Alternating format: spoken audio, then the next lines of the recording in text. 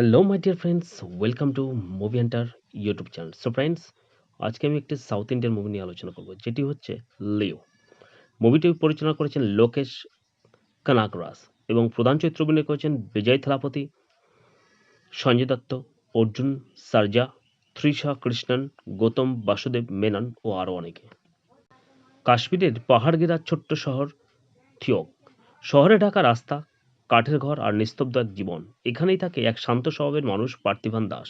সংক্ষেপে সবাই যাকে পার্থি বলে ডাকে। পার্থির জীবন খুব সাধারণ।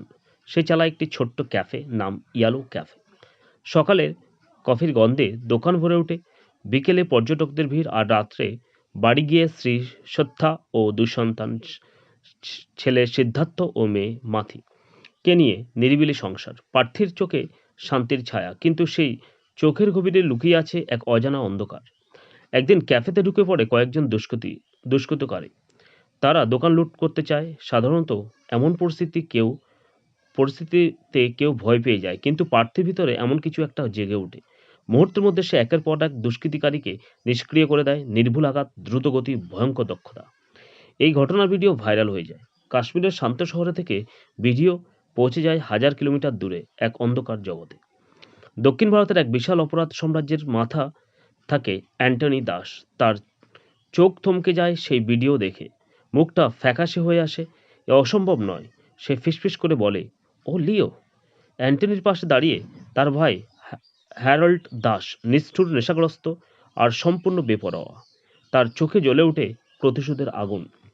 তাদের বিশ্বাস পার্থী আসলে তাদের হারিয়ে যাওয়া ছেলে ও ভাই লিও দাস।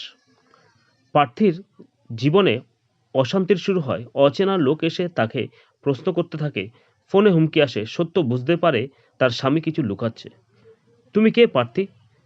একদিন চোখের দিকে তাকিয়ে প্রশ্ন করে সত্তা। পার্থী চুপ করে থাকে। দীর্ঘ ফ্ল্যাশব্যাকে উঠে আসে ভয়ঙ্কর সত্য। অ্যান্টনি দাস ছিল একসময় সাধারণত তামাক ব্যবসায়ী, কিন্তু ধীরে ধীরে সে গড়ে তোলে এক বিশাল ড্রাগ কার্টেল। তার বড় ছেলে লিও দাস বুদ্ধিমান, নিষ্ঠুর, কিন্তু অসম্ভব দক্ষ। লিও ছিল দাস পরিবারের আসল অস্ত্র, কিন্তু এক রাতে সব বদলে যায়।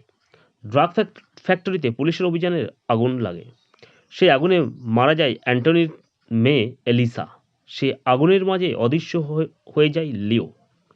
সবাই ধরে ফেলে লিও মারা গেছে, কিন্তু অ্যান্টনিও বিশ্বাস করত লিও বেঁচে আছে। অ্যান্টনি সরাসরি কাশ্মীরে এসে হাজির হয়। পার্থির সামনে দাঁড়িয়ে বলে, তুমি আমার ছেলে, তুমি লিও।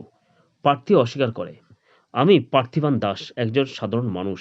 কিন্তু দাস পরিবার সহজে হাল ছাড়ে না।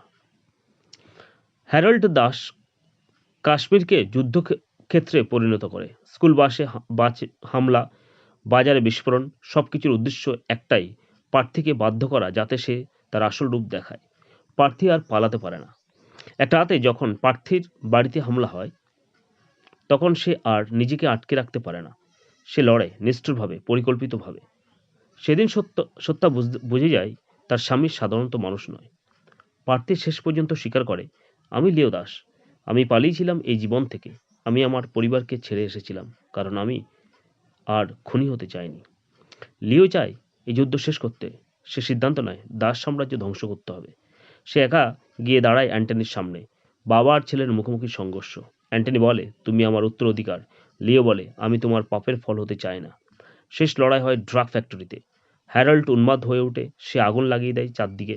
লিও হ্যারল্ডের রক্তক্ষয়ী লড়াই শেষ পর্যন্ত হ্যারল্ড মারা যায়। অ্যান্টনি ভেঙে পড়ে।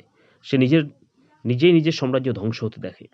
পুলিশ অভিযান চালায়, দাস সাম্রাজ্য শেষ হয়। লিও নিজের মৃত্যুর ভান করে পুরো পৃথিবীর সামনে। সে আবার ফিরে যায় কাশ্মীরে, পার্থিবান দাস হয়ে। শেষ দৃশ্যে দেখা যায় পার্থী ক্যাফেতে কফি বানাচ্ছে। বাইরে তুষার পড়ছে। ক্যামেরা ধীরে ধীরে তার চোখে জুম করে। সেই চোখে শান্তির আড়ালে লুকিয়ে আছে এক বিপজ্জনক মানুষ, লিও। এইভাবে মুভিটি শেষ হয়। So friends, please like and subscribe my channel.